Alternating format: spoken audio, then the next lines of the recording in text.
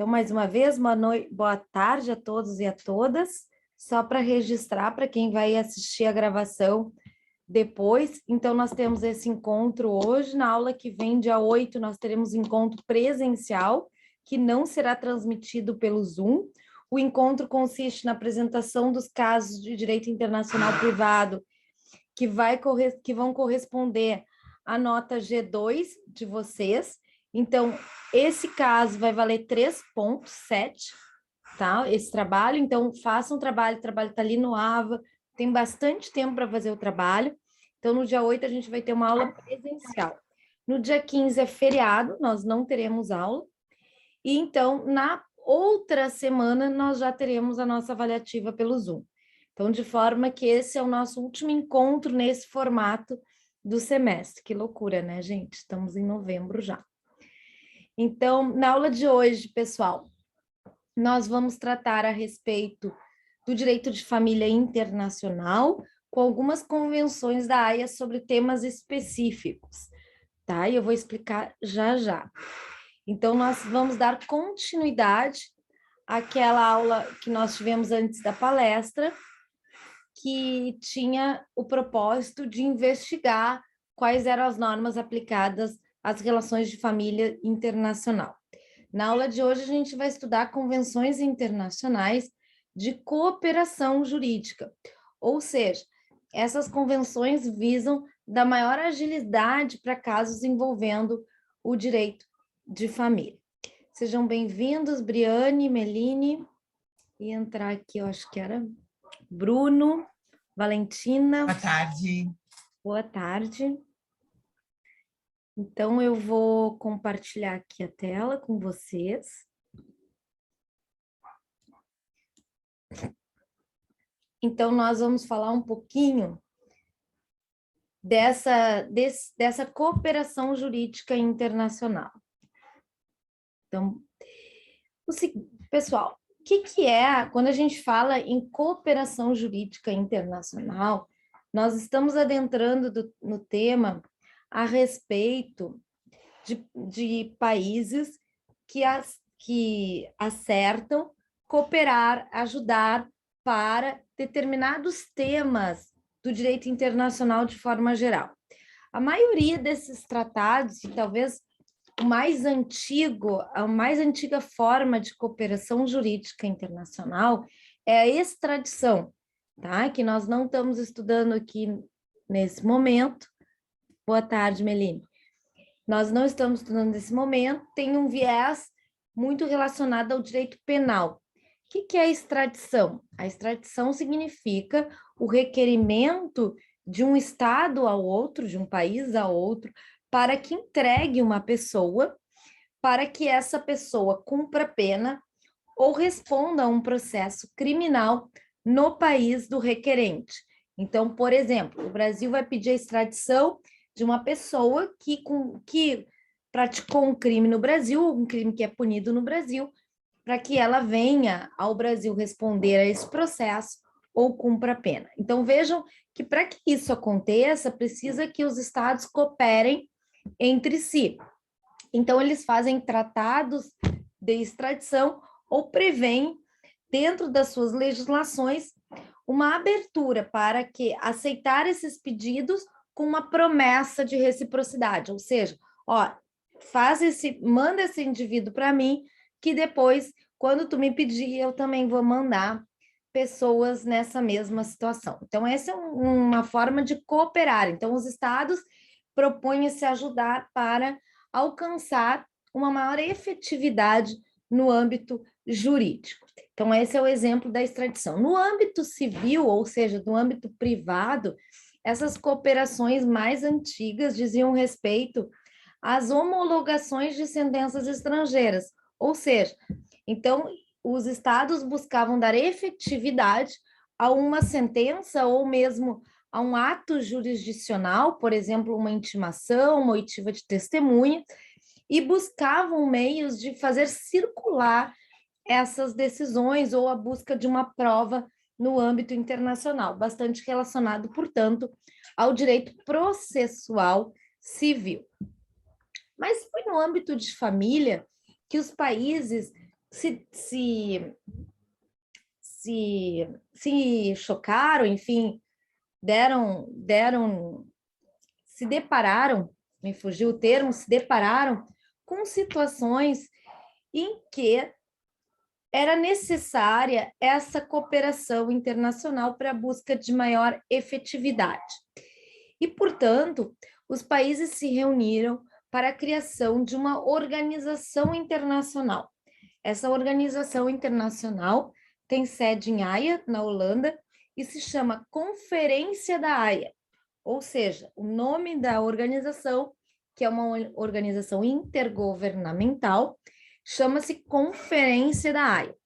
E essa Conferência da Haia reúne vários países, envia esforços no sentido de fazer tratados ou convenções, tratados e convenções, lembrando que são sinônimos, em temas de maior cooperação entre os estados. Então, dentre eles, temas de direito de família, mas não só direito de família, também temas relacionados à efetividade de jurisdição, circulação de decisões, ou mesmo temas relacionados ao comércio.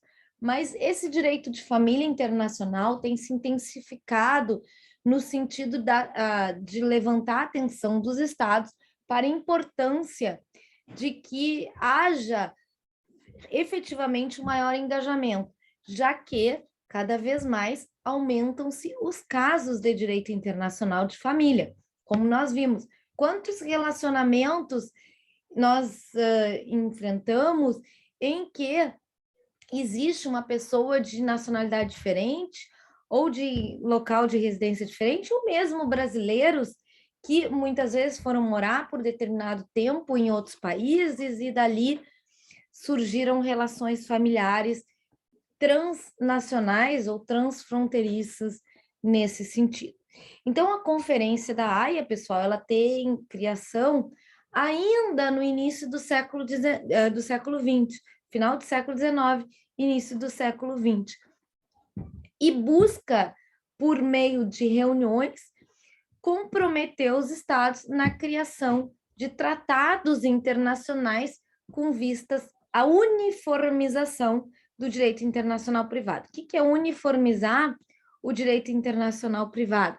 Buscar regras semelhantes, buscar normas de direito internacional, aqueles elementos de conexão similares, por exemplo, ou mesmo o que se verifica nas últimas décadas, um aumento de convenções no tema da cooperação, ou seja, não é que os estados vão ter a mesma legislação, mas eles vão cooperar para que determinadas atitudes sejam implementadas, como, por exemplo, um alimento internacional, o retorno de um menor levado indevidamente do seu país de origem, enfim, vários temas que hoje têm despertado cada vez mais a atenção no âmbito internacional. Dentre esses temas, eu vou começar com o mais polêmico, que não tem convenção sobre ele, para depois tratar, digamos assim, de dois com mais chão, com maior, digamos, acordo, maior convergência dos países na busca da solução. Tem um tema que é a maternidade por substituição, que é um dos grandes temas hoje do direito internacional privado. E uma grande dificuldade, pessoal, de os países sentarem e negociarem e chegarem a algumas conclusões comuns sobre esse tema. O que é a maternidade por substituição? Nada mais é do que a tal barriga de aluguel. Então, são contratos, a gente falou algumas vezes nas nossas aulas sobre isso, então são os chamados contratos de barriga de aluguel. Então, alguém que queira ter um filho, e às vezes, por limitação física, genética, não consegue, ou às vezes até mesmo por uma simples conveniência, não quer engravidar. Como, por exemplo, essa atriz, Jéssica Sarah Parker, que eu coloquei aqui para vocês, ela não queria engravidar porque ela tinha compromissos profissionais e isso poderia implicar um esforço, uma modificação no corpo dela, então ela fez um contrato de barriga de aluguel. E isso gera milhões, bilhões de dólares nesse tipo de comércio. Qual é a questão principal quando a gente fala do contrato de barriga de aluguel? A questão principal é a questão da filiação. Por quê? Se um país não reconhece o contrato como um contrato válido, como que ele reconhece a filiação normalmente? Da criança que tem gestação em determinada barriga, e aquela mãe que dá à luz àquela criança que está na sua barriga é a mãe daquela criança.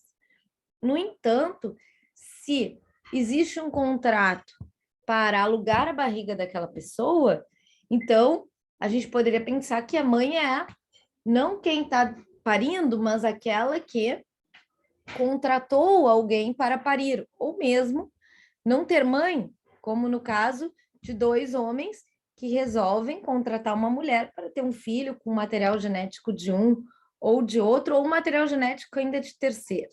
Então, essas são algumas implicações, principalmente relacionadas à filiação. Outra implicação, por exemplo, se o país não reconhece esse contrato como um contrato válido e houver algum descumprimento do contrato. Será que poderia ser executado esse contrato? Será que, por exemplo, uma multa, o país iria reconhecer a aplicação nesse sentido? Então, vejam que são muitas perguntas. Como que o Brasil lida com esse caso?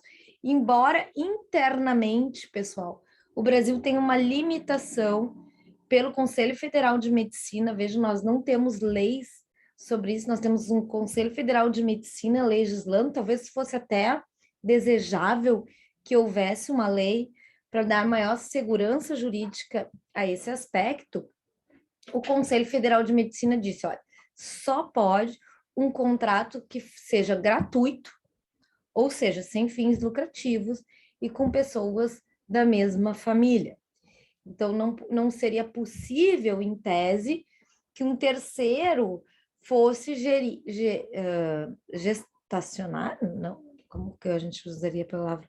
Enfim, ter a gestação daquele bebê e mediante pagamento. Já se questiona, por exemplo, e a jurisprudência admite, a questão de um amigo próximo. Aí sim, porque seria da mesma família, o amigo não é da mesma família, mas existe um laço de afetividade nesses casos. Mas o Brasil não admitiria para caso em que a pessoa simplesmente não gostaria de passar por uma gestação como essa atriz, porque isso me incomoda, porque isso vai mudar o seu corpo, porque isso pode implicar uma discriminação no trabalho, enfim, por seu bel prazer, tá? Então, o Brasil não admitiria nesses casos. No entanto, nós temos observado cada vez mais que o Brasil tem recepcionado esse tipo de filiação ocorrido em lugares no exterior. Por exemplo, até mesmo agora desse ator que faleceu e o marido, eles tiveram 2 filhos, se não me engano, e tiveram por meio de um contrato de barriga de aluguel nos Estados Unidos.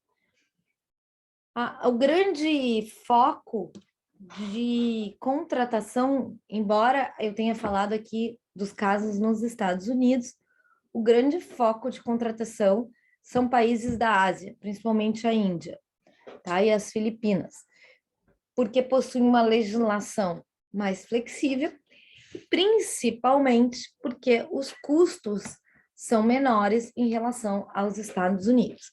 Então, o valor desse serviço é muito menor em relação ao valor que é cobrado dos contratos nos Estados Unidos. E aí, claro, né, pessoal, não existe, volto a falar, é o tema do momento já faz uns 20 anos no direito internacional. A Conferência da Haia fala muito em fazer uma convenção nesse tema, tá? tem se encaminhado as soluções mais no sentido de admitir essa prática, tá? A França, ela entendeu sempre que esse contrato seria contra a ordem pública do direito internacional que nós estudamos, tá? Porque seria uma indisponibilidade de direito, uma mercância que afrontaria direitos fundamentais, mas quando a França, qual é a consequência? Então, vários casos concretos em que as pessoas foram à Índia, foram contratar franceses, e a francesa, não, eu não reconheço a filiação. E as pessoas, então, propunham ações judiciais, inclusive com representações perante a Corte Europeia de Direitos Humanos, em que as decisões e da Corte Europeia, nesse sentido também, determinavam que o Estado francês reconhecesse a filiação dessas pessoas, nem tanto pelo direito dos contratantes, mas principalmente pelo direito da criança envolvida no tema. Então, aquela criança que não ia ter nenhuma filiação, porque se a França, por exemplo, não reconhecer, tampouco a Índia iria reconhecer, porque na Índia era uma prática aceitável e aquela mulher que deu à luz não é considerada pela legislação inglesa, tampouco a mãe da criança. Então, ficava uma situação de bastante vulnerabilidade para essa criança. Então, com base nisso, as decisões têm levantado esse reconhecimento. Alguém quer fazer algum comentário? Não? Aqui está um caso, vejam, em 2010, tá? Eu trouxe as fotos, porque foi um caso muito emblemático na França, em 2010, tá, gente? Houve muitos protestos contra esse reconhecimento, essa decisão judicial. Aqui, por exemplo, são protestos em desfavor desse casal, tá? No sentido de que isso iria de encontro aos valores familiares, tá? Então, como eu disse, a Corte Europeia, lembram da Corte Europeia? A gente estudou lá em Direitos Humanos, que julga os países por violação à Convenção Europeia de Direitos Humanos. Então, a Corte Europeia, me desculpe, então, dirigiu a solução dessa questão no sentido de que a França deveria reconhecer os direitos de filiação, os direitos da criança, mais pelas crianças do que pelos pais das crianças, tá? E com base no artigo 8º, que trata da proteção familiar. Então, vejam, ampliando a ideia do conceito de família propriamente dito. Tá? Então, só para dar esse norte para vocês. Não temos, até se vocês encontrarem casos de barriga de aluguel na jurisprudência para trazer para nós na aula que vem, seria maravilhoso, porque eu não achei nenhum caso na justiça brasileira discutindo esse tema de forma internacional. Se vocês encontrarem, será maravilhoso para a gente poder aqui levantar algumas questões de forma conjunta sobre esse tema, que é um tema tão instigante no direito internacional. Vou passar para o próximo tema. Alguém quer fazer algum comentário sobre barriga de aluguel? Ou contrato de maternidades por subrogação? Prof, eu tenho. Eu ia lhe perguntar, quando a senhora mencionou a questão dos contratos internacionais, tem alguma cláusula geral que enquadre as questões de arrependimento da mulher que está gestando e o fato dela querer... eu já vi em filme, né? Acredito que na vida real deve ser bem diferente, mas no caso da mulher gestar a criança e posterior ao nascimento ela se arrepender. Existe essa possibilidade? Tem vários filmes, né? Não existe. Ela estaria sendo contrária ao contrato. Agora mesmo eu estava vendo uma série, como é que é o nome? Little Fires Everywhere, E tem esse caso, mas eu não vou falar porque isso vai ficar claro lá no final da série. Mas não trata dos aspectos jurídicos. E tem uma série que eu gosto muito, que é The Good Wife, a boa esposa, né? Seria The Good Wife, que é uma série antiga. Ela teve 10 temporadas e é uma série antiga, tem um dos episódios que discute esse caso. Até depois eu posso ver se eu acho. Vai ser difícil achar o episódio, né, gente? Mas se alguém encontrar ou achar, ela discute justamente o caso de uma pessoa no tribunal, Meline, que não quer. Ele se passa em Chicago, então, claro que é uma situação local, aplicando as regras de,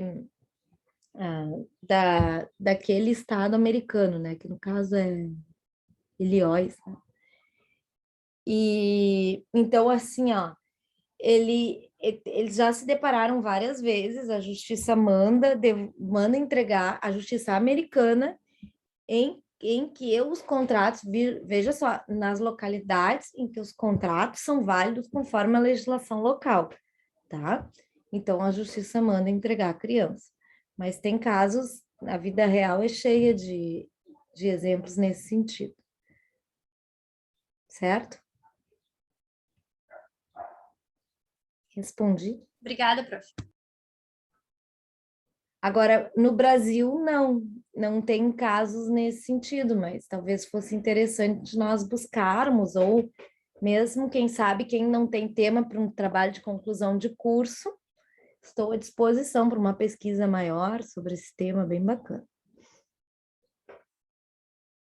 Alguém quer fazer algum outro direcionamento, pessoal? Não? Vamos adiante.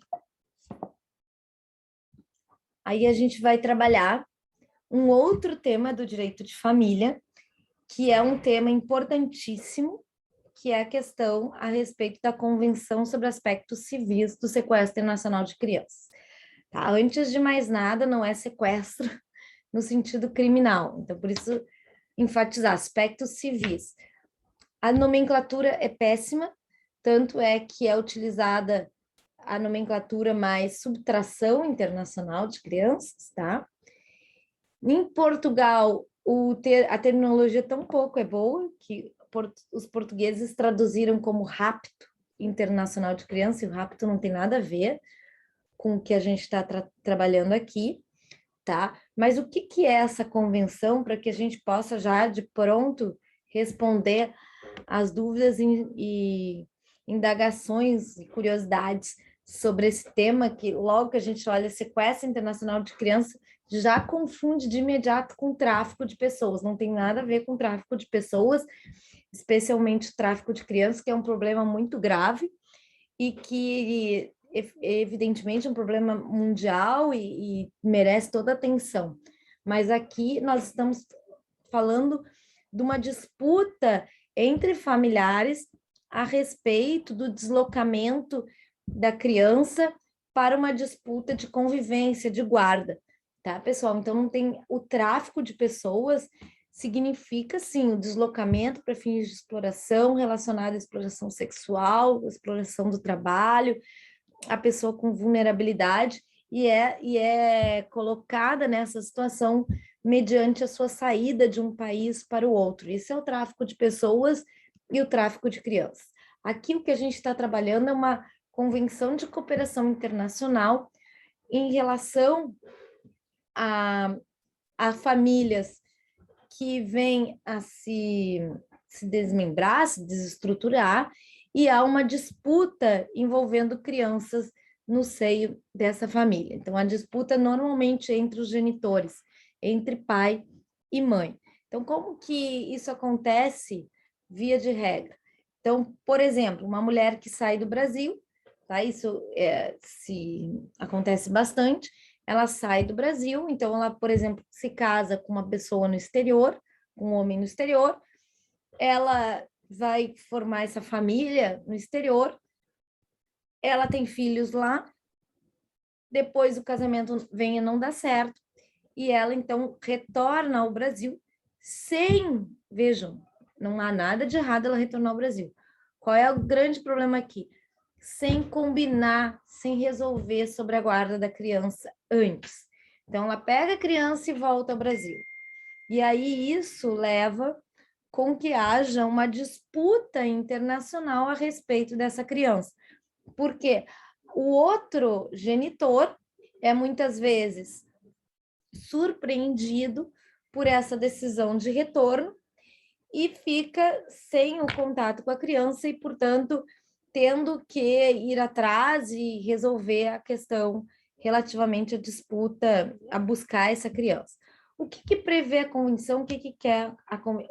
Outro exemplo, só para ficar bem claro, né, gente? A pessoa veio ao Brasil, tá? Então, a pessoa veio ao Brasil, eu estou dando 2 exemplos que o Brasil é requerido, tá? Mas isso pode ser vice-versa. A pessoa veio ao Brasil para passar férias, vamos supor, essa mesma mulher tem familiares no Brasil, veio no Brasil passar férias com a criança, e ela decide não retornar. Aí ali ela decide, então, que o casamento acabou. Normalmente o casamento já está com problemas, né, gente? Ou a união, ou o relacionamento. Então, ela não retorna para o lugar da residência habitual. Então, o que busca a convenção dar? Isso com base na experiência verificada ao longo do século XX, tá? Os países, e principalmente nesse interim, em que, nessa primeira etapa da convenção, e na gênese, nas discussões da convenção, essas ações eram perpetradas, a maioria delas, pelos pais, pelos homens, tá? Então, que saíam da localidade, levavam os filhos e não se conseguia ter um retorno dessas crianças para o local da residência habitual. Então, o que busca? O que os países verificaram? Que para que houvesse que eles precisavam de uma decisão rápida sobre o retorno, eles precisavam cooperar entre si sobre esse tema. Por quê? Porque às vezes, quando a pessoa ia para outro país, então ela buscava uma proteção nas suas legislações, na sua jurisdição, em que dificultava que o outro genitor pudesse litigar, pudesse buscar uma solução célere para esse tema. Então, a Convenção da Haia busca, pessoal, não discutir a guarda, isso é muito importante. Não discute a guarda, não é uma convenção sobre guarda entre os pais, mas sim sobre essa saída abrupta, sem autorização do outro genitor, da residência habitual da criança. Então, define-se a residência habitual como o lugar de jurisdição, de competência para decidir as questões envolvendo a guarda. Bom, se a convenção define que o local da residência habitual é o local adequado para discutir as questões envolvendo a guarda, isso vai significar que qualquer retirada da criança, sem autorização, sem uma prévio acordo, sem uma prévia decisão sobre guarda, constitui violação à Convenção de Haia sobre aspectos civis do sequestro, da subtração internacional de criança. E o objetivo da convenção, portanto, é fazer o retorno dessa criança de forma célere, de forma rápida, tá? Por meio de autoridades centrais. Eu vou explicar já como é que é esse funcionamento. Essa convenção, pessoal, ela é de 1980, então vejam que ela pegou experiências das décadas anteriores, tá? Ela vai entrar em vigor internacional em 83, vejam que logo ela entra em vigor internacional, porque os países, principalmente na Europa, tá, estavam ansiosos por uma convenção nesse sentido, mas no Brasil ela só vai entrar no ano 2000 em vigor, tá? Por meio do decreto 3413, tá? E tem hoje como autoridade central o DRCI, Departamento de Recuperação e Cooperação Internacional, junto ao Ministério da Justiça. Antes era a Secretaria Especial de Direitos Humanos da Presidência. Tá? Então, só para aqui estabelecer, tá? Ela ficou uma organização permanente em 1955, embora as suas reuniões remontam ao início do século XX, tá? 82 países são membros da convenção desde 2001, da Conferência da Haia, da conferência, tá? Que é a organização, tá? Só para ficar estabelecido, tá? E o que a convenção, pessoal, dispõe quanto ao tema de sequestro internacional? Então, vejam que logo no artigo 1º, ela diz o que ela pretende: o retorno imediato da criança. Ou ainda, tá? Fazer respeitar os direitos de guarda e de visita já existentes. Ou seja, num caso em que já houve uma decisão judicial sobre direito de visita ou sobre direito de guarda, então ela quer que essa decisão se torne efetiva. Alguém, por exemplo, que não cumpre a decisão de guarda ou não cumpre, que tem visitas, simplesmente uma guarda conjunta, claro que vejam que essa é uma convenção da década de 80, hoje até se discute muito esse conceito de visitas entre os pais, né, gente? Porque filho não é visita, filho não visita pai nem a mãe, né? Filho faz parte da família, no sentido de que o visitante é um estranho, né? Mas não entrando nesse mérito dessa discussão, nós podemos falar que ela não busca resolver o problema da guarda, mas ela busca o retorno da criança. Embora, pessoal, eu trabalho muito com casos de convenção da Haia, tá? Eu coordeno um grupo na Defensoria que também tem levado essa temática, tá? Um grupo de defesa das mulheres, e esse é um tema muito sensível. Quanto o que puder ser no âmbito das conversações, das mediações, das conciliações, dos acordos, as partes chegar o tanto melhor, porque esse é um tema muito traumático, tá? O que está em disputa adoece a família inteira aqui. Tá? Até botei aqui uma reportagem, vejam, disputa dos pais adoece os filhos, porque nós temos as questões, pensem as questões quando nós tratamos a respeito da guarda no direito interno, como essas disputas de guarda desgastam os filhos. Agora vamos multiplicar isso na questão internacional. Então, muito maior, né, gente? Muito maior é a disputa. Até porque envolve a dificuldade de ter uma autoridade judicial, como no caso interno, em que a autoridade judicial vai decidir, acabou.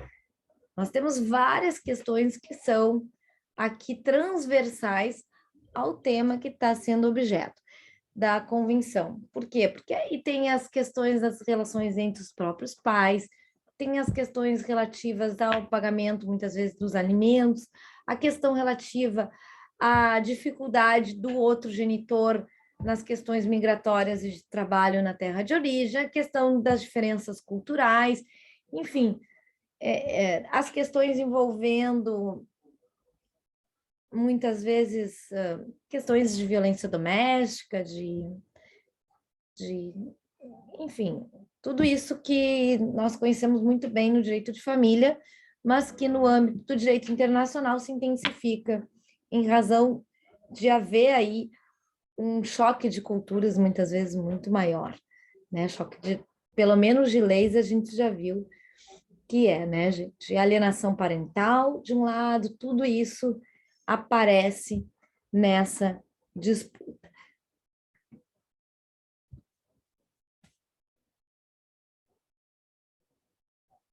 Então tá, Briane, tudo bem. Tá, já recebi a tua mensagem.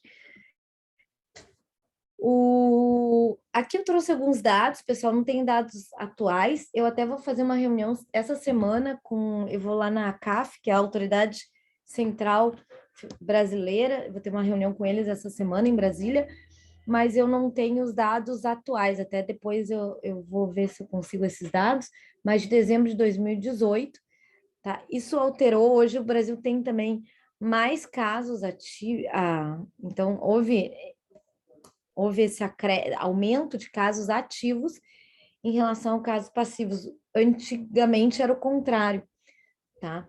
Mas principalmente por quê? Deixa eu falar o que é ativo e o que é passivo, tá? Aqui nós estamos falando de a convenção pedidos de cooperação em que o Brasil requer o retorno da criança, são pedidos ativos. E pedidos em que o Brasil é o requerido, são pedidos passivos. Então, o país quer o retorno da criança. Deixa eu falar um pouquinho para vocês como que funciona isso, tá? Então, a Convenção da Haia, ela tem como propósito que os países designem autoridades centrais, como eu falei, e essas autoridades centrais têm por função envidar todos os esforços na busca localização da criança no país em que ela está retida indevidamente, deslocada indevidamente, para buscar essa criança e fazê-la retornar ao local da sua residência habitual. A convenção gostaria que isso fossem 60 dias, mas não é bem assim, né? Então, a autoridade central, tá, o DRCI, recebe o pedido, vamos supor, lá de um país, agora eu estou trabalhando com o caso do Canadá. Então, recebe o pedido do Canadá, tá? Que também é parte da convenção. Então, ela vai localizar a criança. Onde é que está essa criança? Tá? Normalmente, a autoridade central, ela é acionada lá no Canadá pelo genitor que ficou lá e que teria sido, de cujo direito de convivência com a criança, de guarda, teria sido infringido. Então, ele vai acionar, vejam que é uma facilidade para ele, porque ele não vem ao Brasil litigar, mas ele aciona a autoridade central do seu país de origem, que vai, então, entrar em contato imediatamente com a autoridade central brasileira, hoje por meios eletrônicos, tá? E a autoridade central brasileira vai encontrar, localizar a criança, notificar o genitor, normalmente o genitor, tá, gente? Poderia ser algum outro parente, mas eu não trabalhei com casos em que não fossem genitores. E então vai notificar esse genitor que está no Brasil com a criança, para que ela apresente ou ele apresente a sua defesa escrita ou as razões do seu deslocamento, tá? Ou se não houve, a sua versão dos fatos, né? Abriu um contraditório, por assim dizer. E aí, se a autoridade central brasileira se convencer que é a hipótese de não retorno, e vai encaminhar uma resposta dizendo que não é caso de cooperação internacional com base na Convenção da Haia. E se entender que seria o caso de aplicação da Convenção Internacional? Se ele entender que seria o caso de aplicação da Convenção Internacional, então ele deve promover o retorno da criança. Tá? Mas como que ele vai fazer o retorno da criança?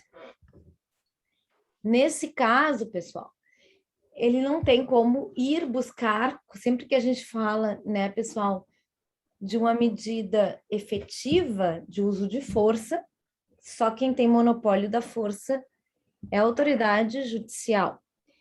Então, ele precisa acionar a autoridade judicial para que a autoridade judicial promova uma busca e apreensão da criança com vistas à sua devolução ao país de origem. Tá?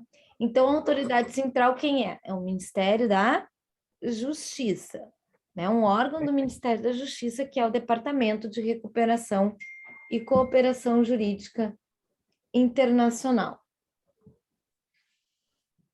E então vai acionar esse ministério, da Justiça não tem capacidade postulatória. O que é capacidade postulatória, pessoal? Possibilidade de ir a juízo defendendo um direito. Então, o executivo tem como representante processual, judicial, a Advocacia Geral da União, que é quem representa o Estado, a União e o Estado brasileiro. Então, é a AGU que é acionada pelo Ministério da Justiça para promover ação judicial de busca e apreensão dessa criança que se localiza no Brasil para fazer o seu retorno ao seu país de residência habitual, porque é lá que deve ocorrer a decisão a respeito da guarda. Então, a AGU promove essa ação onde? Na Justiça Federal. Então, a competência para decidir é da Justiça Federal.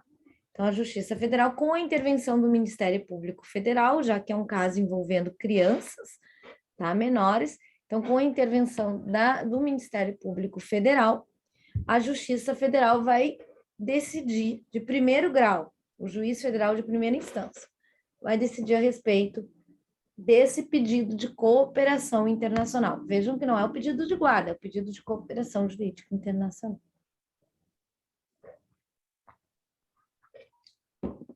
Então, a pessoa que está com a criança de forma indevida, tá?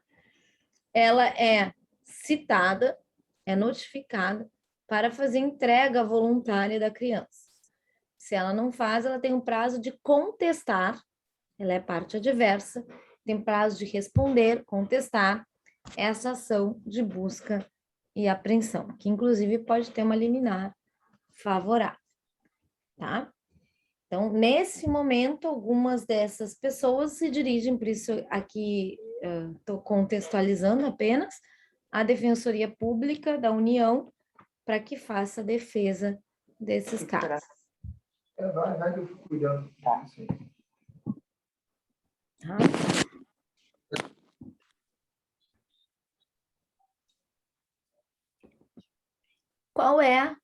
Quais são, melhor dizendo, as exceções ao retorno da criança? Quando que o juiz não deve cooperar, não deve mandar a criança de volta à sua residência habitual. Então, o que dispõe? Essas exceções, elas estão nos artigos 12 e 13 da Convenção da Haia sobre subtração internacional de crianças. Tá? E são principalmente duas hipóteses. A primeira, pessoal, é quando há a comprovação de que a criança já se encontra integrada no seu novo meio. Tá? Só que aí tem um probleminha aqui, qual seja? Nesse caso,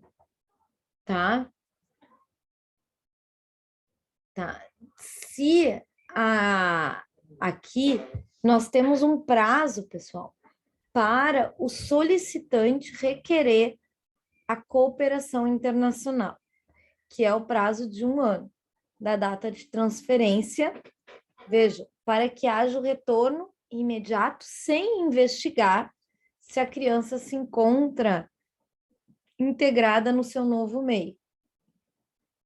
Se houver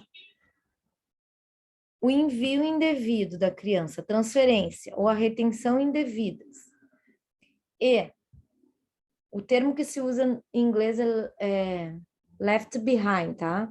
E aquele deixado para trás, o pai, parents, né?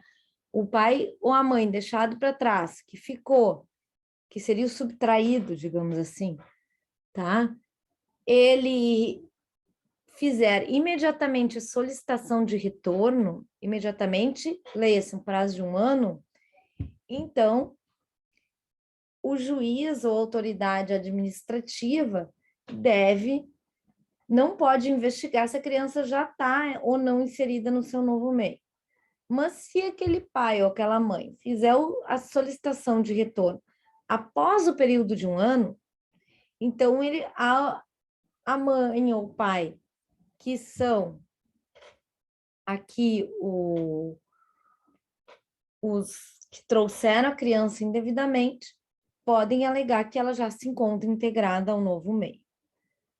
Na prática, no entanto, os pedidos de retorno tendem a não ter um prazo de 1 ano. No entanto, o procedimento é que, no Brasil, para o retorno, é que demora, muitas vezes, mais de 1 ano.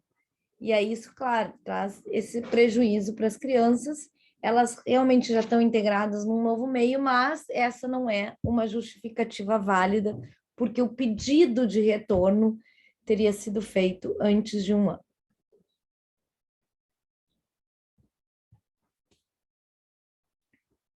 Depois nós temos aqui também, pessoal, esse é o artigo 13, de mérito, talvez o mais, talvez não, o mais importante da convenção, tá? Quais são as hipóteses? A primeira hipótese é se provar que a pessoa que está querendo o retorno não exercia efetivamente o direito de guarda. Ou seja, era uma pessoa que não estava muito interessada na criança, que não fazia, não tinha um papel ativo no cuidado da criança, no sentido, pessoal, muito cuidado, né? De participação, de envolvimento econômico, de envolvimento afetivo, tudo isso mediante comprovação. Ou, por exemplo, tinha sido decidida que a guarda era compartilhada, mas durante a semana a criança nunca ia lá para o outro, esse que ficou para trás, porque ele nunca tinha disponibilidade para recebê-lo. Então, isso pode ser demonstrado que ele não estava exercendo efetivamente o direito de guarda. Tá? E esse aqui é o mais importante da convenção, é que possa se comprovar que existe um risco grave de a criança, no seu retorno, ficar sujeita a perigos de ordem física ou psíquica, ou de qualquer outro modo ficar numa situação intolerável. O que é perigos de ordem física ou psíquica?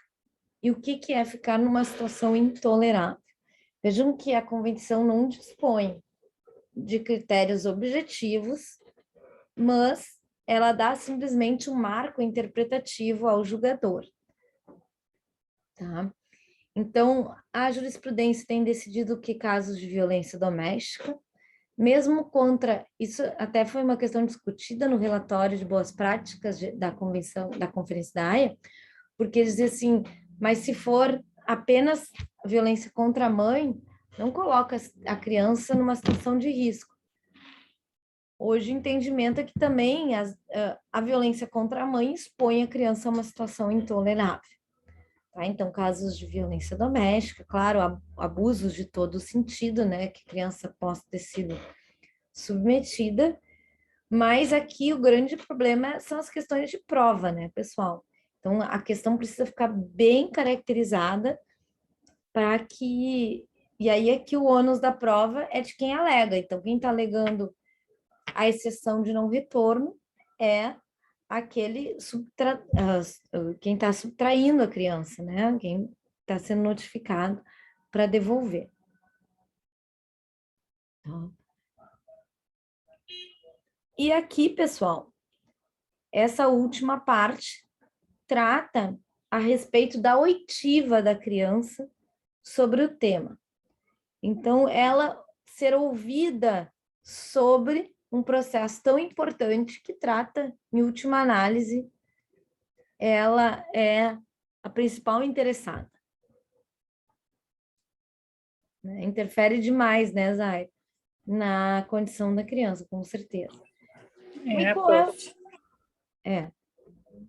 E qual é o grau de maturidade exigido para tal? Qual é a idade da criança que deve ser considerada? Tá? Os autores não têm divergência que a partir dos 13 anos, no âmbito internacional, a partir dos 13 anos, não há dúvida de que esse adolescente, né, nem é mais criança, deve ser ouvido.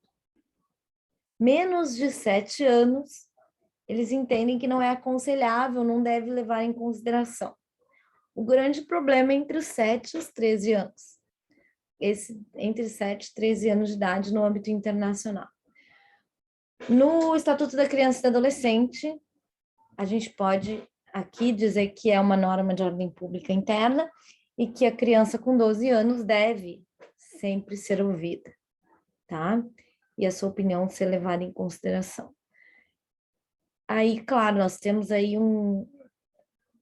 uma zona nebulosa quanto aos menores de 12 anos, tá? Então, uma zona nebulosa, é aconselhável que se faça essa oitiva num ambiente acolhedor, como a Zaira colocou aqui. A questão da alienação parental também pode vir a aparecer. Então, é uma questão super delicada, tá? Super delicada.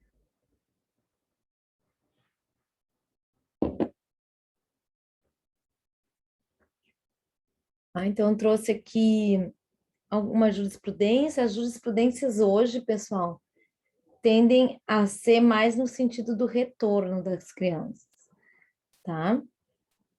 Então, essa até é uma jurisprudência mais antiga, mas os casos atualmente têm sido mais do retorno da criança. O Brasil até responde um caso na Corte Interamericana em que ele não fez o retorno rápido da criança. E tem um caso, talvez alguns de vocês já devam ter ouvido falar, do Sean Goldman. Foi um caso que aconteceu há uns... Eu já estou ficando velho, mas uns... Acho que foi em 2014 aqui. Tá? Então, nós estamos em 2021, já faz uns 7 anos no mínimo. Tá? E ele veio para o Brasil com a mãe dos Estados Unidos. E a mãe veio para o Brasil passar férias, não voltou, casou com outro homem de uma família riquíssima no Brasil. E ela também era uma família boa. E ela foi ter um outro bebê com esse outro homem e ela acabou falecendo no parto dessa outra criança, uma menina.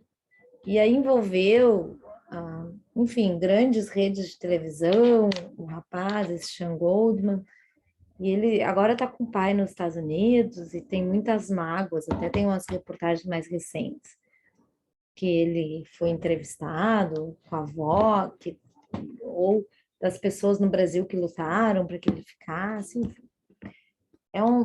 São questões muito delicadas, evidentemente, né, pessoal?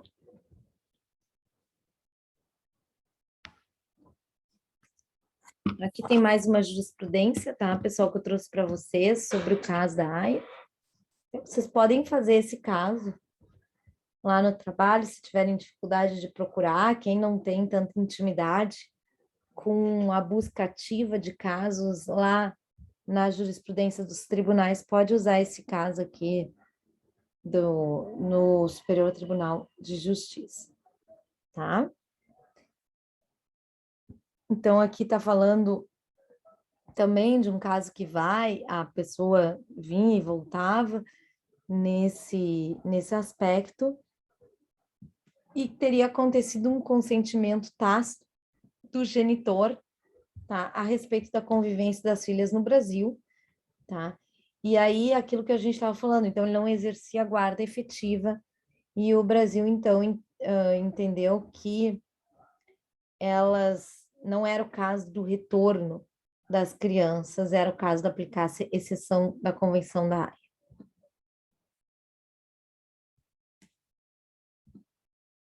Dúvida, gente? No caso de sequestro internacional, alguém quer fazer algum outro comentário? Eu vou botar aqui a chamada nós.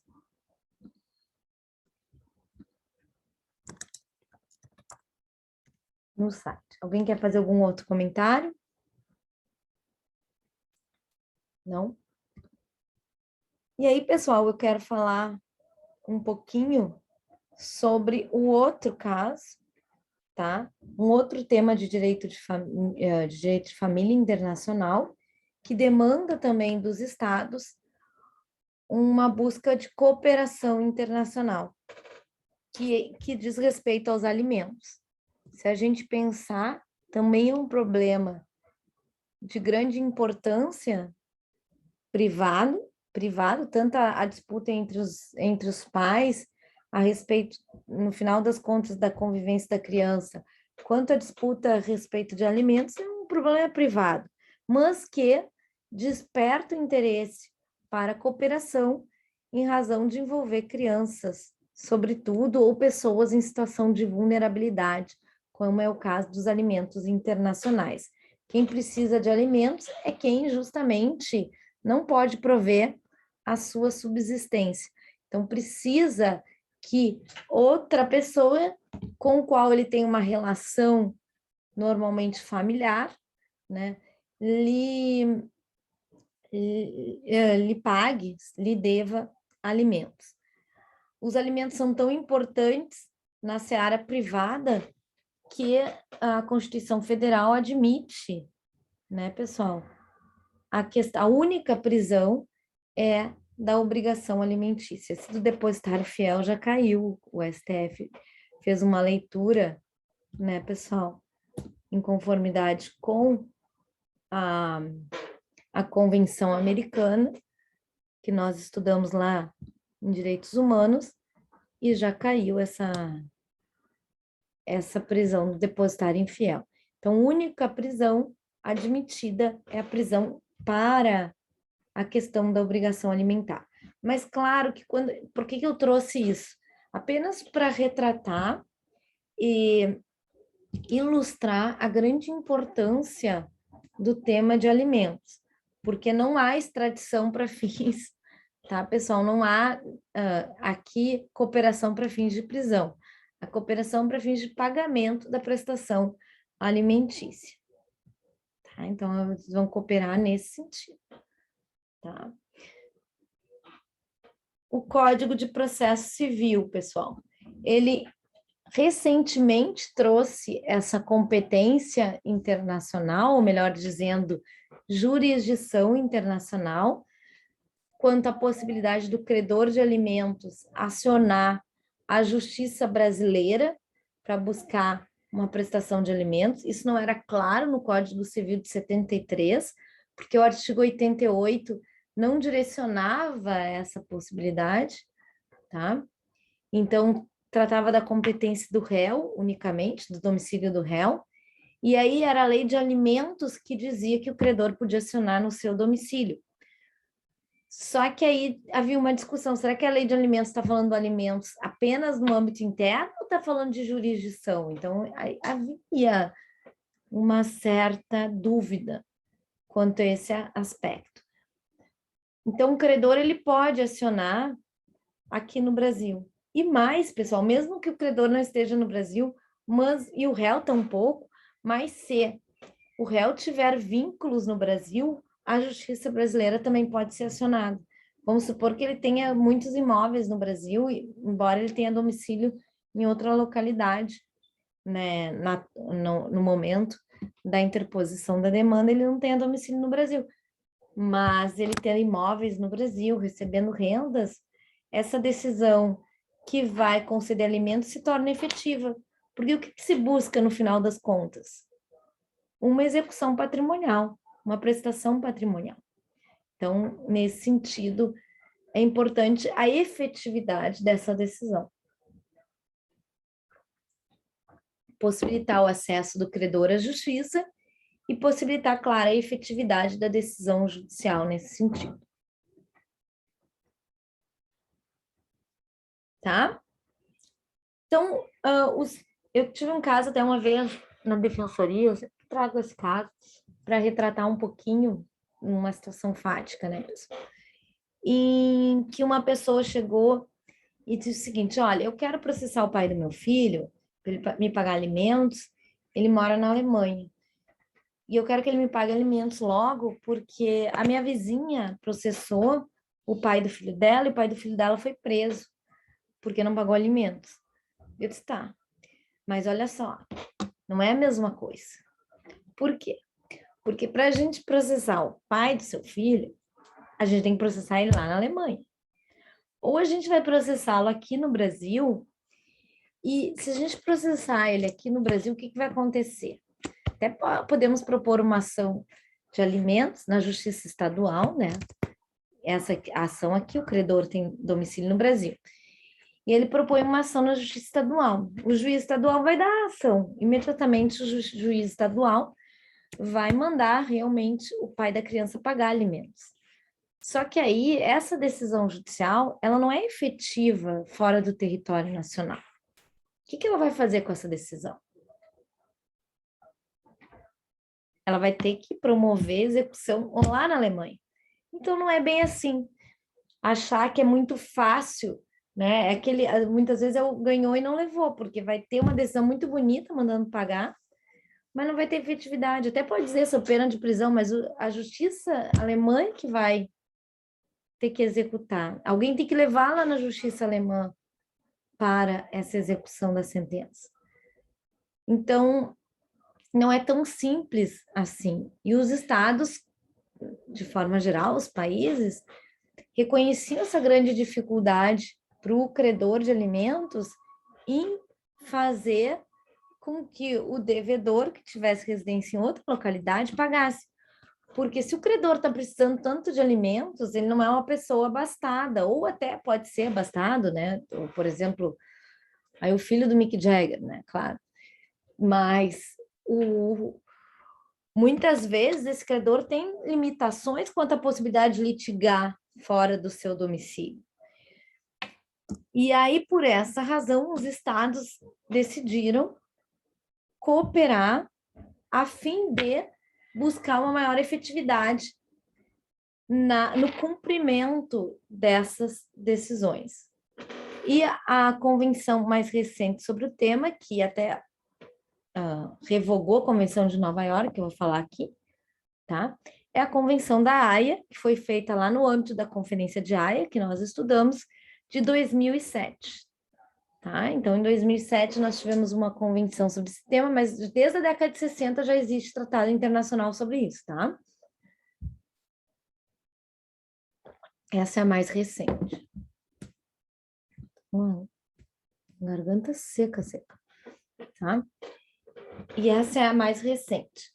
Então, o Brasil aderiu em 2017, e ela também vai se dar por meio de autoridades centrais, que no caso também é o DRCI, Departamento de Recuperação e Cooperação Jurídica Internacional. Então, o que os países buscam aqui? Eles buscam, pessoal, uma decisão efetiva no país de domicílio do devedor, que é normalmente onde ele tem bens e onde possa ser executada essa decisão, tá? Ou buscam que as sentenças... o Adriano me mandou aqui uma mensagem, deixa eu ver. O que é, Adriano? No chat. Não, prof, desculpa, eu só te mandei ali, eu ia te escrever agora só para te mostrar o tema que eu estou fazendo o trabalho ali que a gente tem que entregar. Se tá, daria depois pra... eu olho isso aí, Adriano. Agora não vou poder olhar, senão vai atrapalhar a aula aqui, tá? Se todo mundo... Então, pessoal, espera um pouquinho que eu me perdi. Aí, então, nós temos o estabelecimento de autoridades centrais, tá? Por meio desse tratado, dessa convenção, a autoridade central é o DRCI, Departamento de Recuperação e Cooperação Internacional, e ele vai envidar esforços, o quê? Para fazer efetiva essa obrigação alimentar, para que o fato, né, pessoal, do devedor residir em outro país não seja um obstáculo para que o credor receba, de fato, um direito que é o direito a alimentos, um direito reconhecido de forma amplamente pelos países.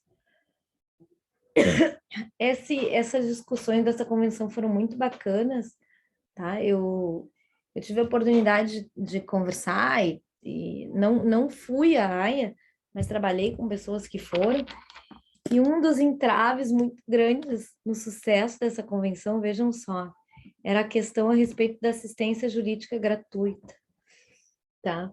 Por quê? Porque os estados dizem assim, como assim a gente vai ajudar alguém a querer uma verba privada, né? Então, a gente vai advogar para uma criança ou para um adulto vulnerável, tanto que eles podem ainda fazer reserva contra adultos vulneráveis também. E que poderiam pagar um advogado, o Estado está se metendo numa área que é uma área privada. E aí a convenção passou com essa possibilidade de fazer uma reserva para crianças economicamente abastadas, ou seja, o Estado não iria intervir, buscar alimentos se a criança tivesse condições, tá, de pagar um advogado para isso, no sentido de propor ação. As demais formas de cooperação, sim, de circulação de decisões, sim, tá? Então, essa é a Convenção da Haia.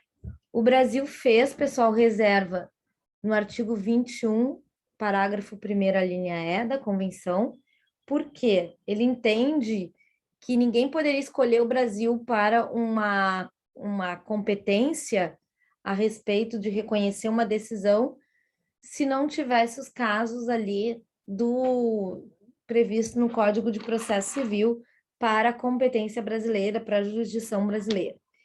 E também o Brasil disse que acordos em matéria de alimentos que envolvesse maiores incapazes ou crianças, eles não poderiam ser aceitos, acordos privados. Todo acordo teria que ser na autoridade judicial, ou seja, com a presença, como é, por exemplo, as questões envolvendo mesmo a separação de casal, por exemplo, que tenham crianças. Então, já tem que ser feita por meio da autoridade judiciária, tá?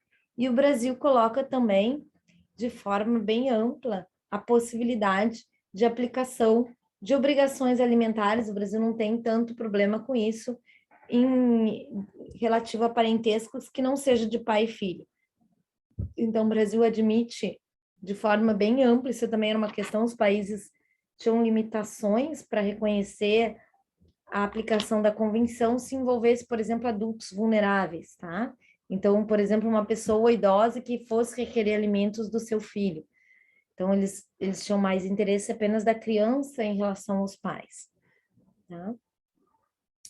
Uma outra questão que eu esqueci de falar da Convenção da Haia aqui, de sequestro internacional só, é que quando ele fala em criança aqui, porque eu falei isso, é até os 16 anos. Maiores de 16 anos não tem aplicação da Convenção da Haia sobre subtração internacional de crianças, tá? Então, é só até os 16 anos. E ele fala de forma ampla criança. Aqui nos alimentos é possível também para adultos vulneráveis, tá? E ele trata do tema até os 18 anos. Mas também é possível com base na questão da vulnerabilidade de adultos. Aqui eu trouxe pessoal, uma lista atualizada, ó, dos países que são partes da Convenção da Haia a respeito de alimentos internacionais. Eu quis trazer esse número de países para vocês verem o quanto é importante esse tema e o quanto essas relações se facilitam com esse intercâmbio via autoridades centrais. Então, aqui já tive caso com Portugal, por exemplo, tá? Que é um lugar em que há bastante vínculo Brasil e as pessoas, Brasil-Portugal, Brasil-Estados Unidos, tá?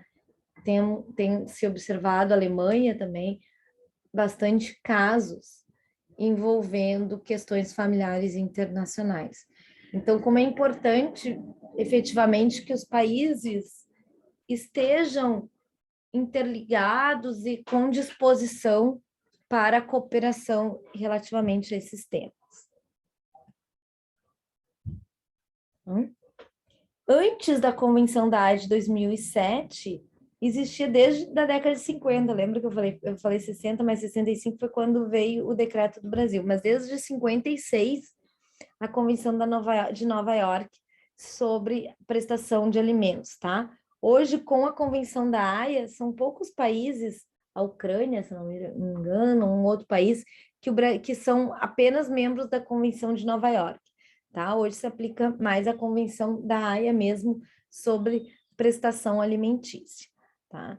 Antigamente, essa convenção tinha, tem ainda, desculpe, porque essa convenção ainda está em vigor para quem não aderiu na convenção da Haia, tá? Então, deixa eu ver se eu botei aqui, não botei. Tá, então essa convenção tem como autoridade central o Ministério Público Federal, a Procuradoria Geral da República. Tá? Então, também no mesmo sentido de localizar o devedor, de localizar o credor, de fazer intercâmbio de documentos, de buscar, por exemplo, aqui, um pedido de homologação de sentença estrangeira para que seja efetiva, aqui se busca via uma homologação de sentença estrangeira, a efetividade de uma decisão que está no exterior, para que aqui era o Ministério Público, ó, o próprio Ministério Público entra com a ação para buscar a homologação de sentença em favor de um credor que está no exterior, tá? Por quê? Porque ele quer cumprir a convenção fazendo valer essa prestação alimentícia do devedor que está no Brasil. Então, esse é um ponto bem bacana. Dúvidas, gente? Alguém quer fazer algum comentário?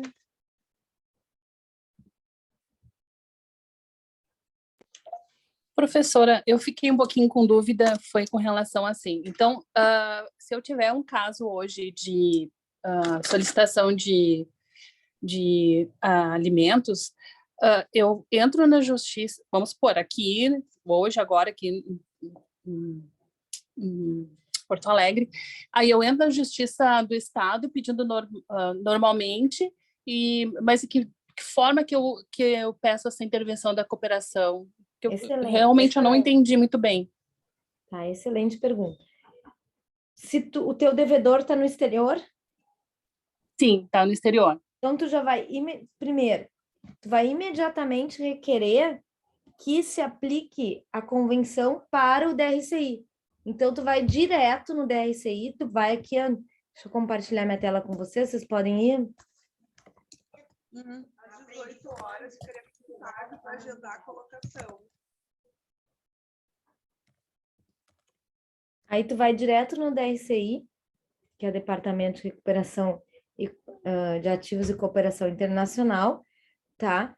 Aí tá aqui, ó, as competências, ó, subtração, adoção e subtração, matéria penal, então não tem um específico de...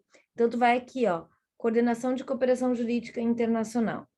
Aí tu vai com Arnaldo Silveira, vai direto mandar telefone ou e-mail, dizer que tu tem um caso assim, assado, e essa autoridade central, então, vai fazer análise dos teus documentos, verificar os documentos que precisam, preencher um formulário da própria Convenção da Haia, acionar a autoridade central da localidade do devedor, tá? Acionar essa autoridade central, então, vai acionar o devedor para que o devedor seja intimado a pagar alimentos. Se o devedor não pagar voluntariamente, a autoridade central da sua localidade vai propor uma ação judicial para obrigá-lo a pagar alimentos. Compreendeu? Isso a gente chama... Compreendi. Muito obrigada. Todos esses auxílios a gente chama de auxílio direto, que é um modo mais eficaz de efetividade de um caso. Veja, tu pode também ter outro caminho, Zé, mas é muito mais,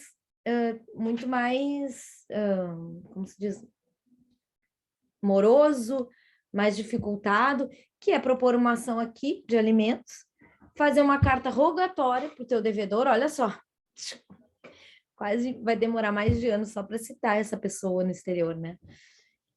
Aí vai ter essa decisão aqui, depois tu ainda vai ter que homologar a sentença lá, que ainda corre o risco de não ser homologada por uma série de coisas, inclusive da citação ter sido reconhecida válida, né? Então, é mais efetivo que seja proposta diretamente a ação lá pela autoridade central, que vai assumir o processo no nome do devedor que está aqui no Brasil. Compreende?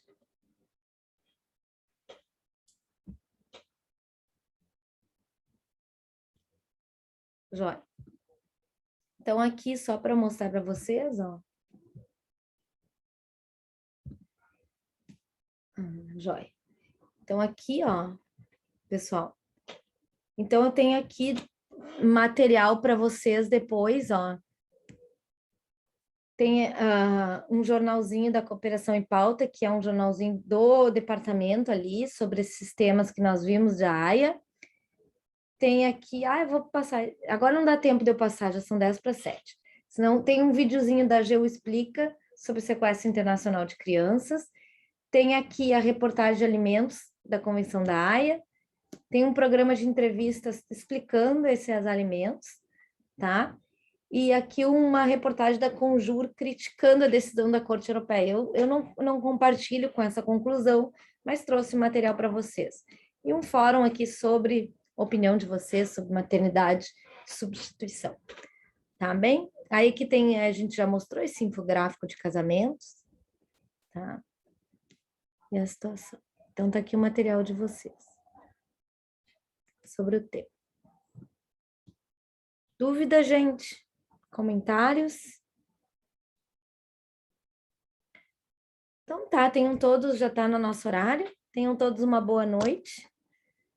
Eu vou encerrar então nossa aula de hoje. E na aula que vem, lembrando, para quem não estava aqui, nós teremos na próxima aula uma aula presencial com a apresentação de trabalho de vocês de casa, tá bem? E na outra aula vai ser a nossa avaliação, que vai ser apenas uma questão, pessoal, vocês devem postar lá no AVA, na tarefa, esse caso de vocês, e uma pergunta sobre essas duas convenções da AIA que a gente viu, subtração internacional de crianças ou alimentos, uma das duas ou as duas, a pergunta vai envolver uma dissertação sobre esse tema por vocês, tá bem? Bem simples assim, ok? Tenham todos uma boa noite. Obrigada, prof. Boa noite.